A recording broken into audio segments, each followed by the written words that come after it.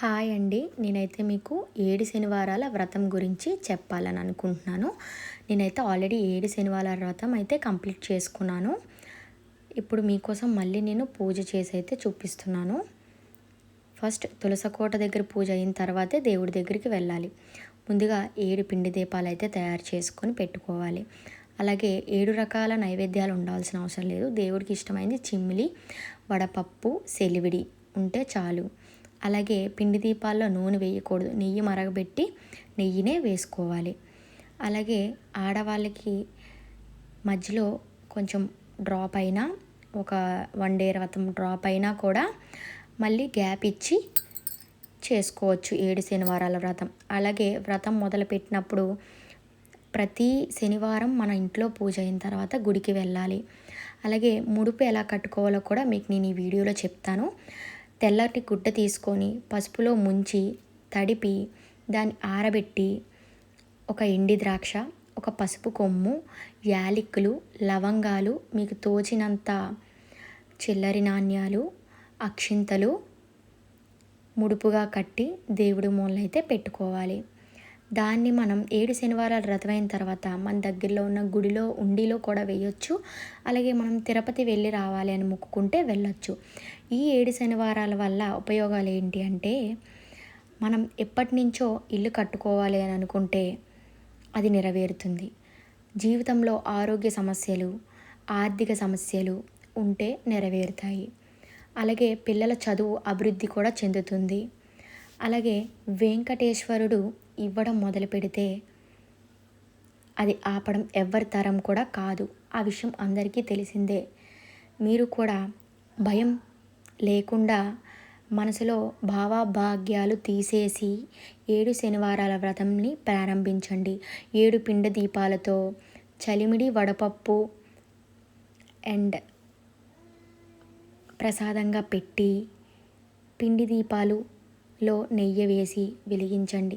అలాగే దేవుడికి ప్రత్యేకంగా తులసిమాలని సమర్పించండి. అలాగే విగ్రహం ఉంటే అభిషేకం కూడా చేసుకోవచ్చు. నేను ఆల్రెడీగా విగ్రహానికి అభిషేకం చేసి బొట్లు పెట్టాను, మీకు వీడియోలో చూసినట్లయితే కనిపిస్తుంది. అలాగే దేవుడి పటం ముందు ఆవు దూడ విగ్రహాన్ని కానీ, లేకపోతే చిన్న పసుపు ముద్దని కానీ వినాయకుడి కింద వినాయకుడికి పూజ చేసిన తర్వాతే చెయ్యాలి. అది మాత్రం మర్చిపోకండి. అలాగే మీకు వెంకటేశ్వర స్వామి గురించి ఒక విషయం, ముఖ్యమైన విషయం కూడా మీకు నేను చెప్పాలి. అదేంటంటే, వెంకటేశ్వర స్వామి తిరుపతిలో కొలువై ఉంటాడు అని అందరికీ తెలిసిన విషయం. కానీ ఉప్మాక అనే ఊరిలో వెంకటేశ్వర స్వామి గుడిలో ముందు కొలువై ఉండేవాడు. ఉదయం లేవగానే తిరుపతి వెళ్తాడు. మళ్ళీ సాయంత్రం 6 గంటల వేళకి మళ్ళీ ఉప్మాక వచ్చేసి మళ్ళీ మరుసటి రోజు ఉదయం వరకు అక్కడే స్వామివారు నిద్రిస్తారు. మళ్ళీ మరుసటి రోజు మాత్రమే, ఓన్లీ ఉదయం నుంచి సాయంత్రం వరకు మాత్రమే తిరుపతిలో ఉంటాడు. నిత్య కొలువై ఉండేది ఉప్మాకలో. అలాగే ఒక మహత్యం జరిగింది నా లైఫ్లో. అదేంటి అంటే,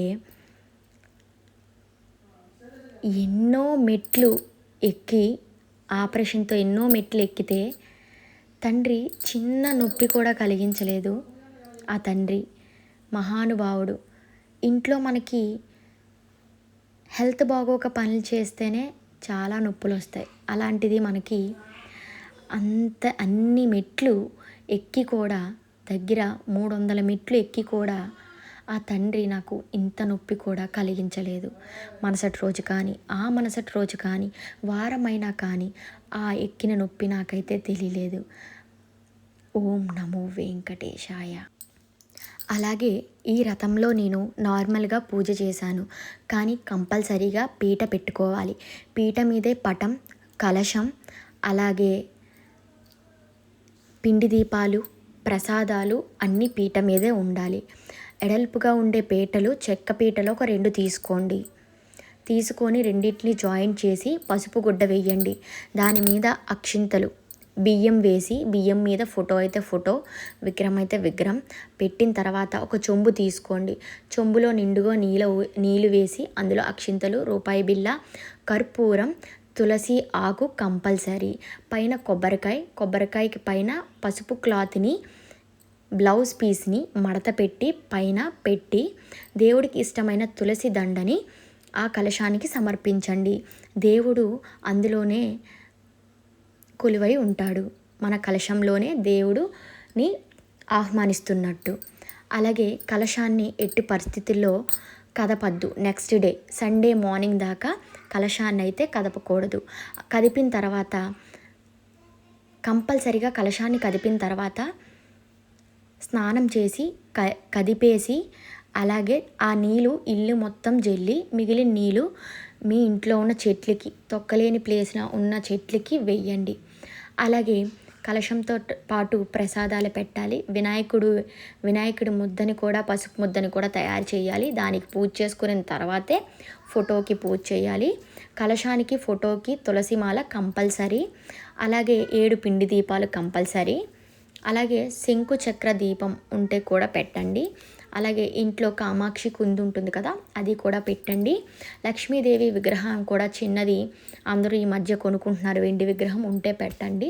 లేకపోతే ఇంకొక పసుపు ముద్దనైతే పక్కన పెట్టి పూజ చేయండి. ఎందుకంటే వెంకటేశ్వర స్వామి దగ్గర లక్ష్మీదేవి కంపల్సరీ కాబట్టి.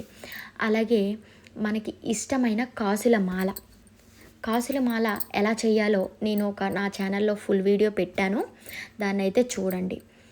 చూస్తే మీకు అర్థమవుతుంది. ఆ కాసుల మాల వేయండి. లేదు అనుకుంటే బయటన తయారు చేసినవి అమ్ముతారు, అవి కొనుక్కోవండి. అలాగే పచ్చి కర్పూరంతో దేవుడికి హారతినైతే ఇవ్వండి. చాలా మంచిది పచ్చి కర్పూరంతో ఇస్తే. అలాగే మనం చెంబులో వాటర్ వేయమన్నాను కదా స్టార్టింగ్లో కలశంలో, అక్కడ కూడా మామూలు కర్పూరం బిళ్ళ కాకుండా పచ్చి కర్పూరాన్ని దంచి వేస్తే చాలా మంచిది. అలాగే హారతి ఇచ్చిన తర్వాత అలా చుట్టూ వాటర్ జల్లి దేవుడికి ఇచ్చి కిందన పెట్టి అప్పుడు మనం హారతి తీసుకోవాలి. అలాగే దేవుడు అలంకార ప్రియుడు. తులసమాలే కాకుండా మీకు నచ్చిన మాలలు కూడా వేయచ్చు. అలాగే చిమ్మిలి ఉండలు అనేవి, నల్ల చిమ్మిలి మాత్రమే పెట్టాలి. నా దగ్గర లేక తెల్ల చిమ్మిలి పెట్టాను, అది కూడా పెట్టచ్చు.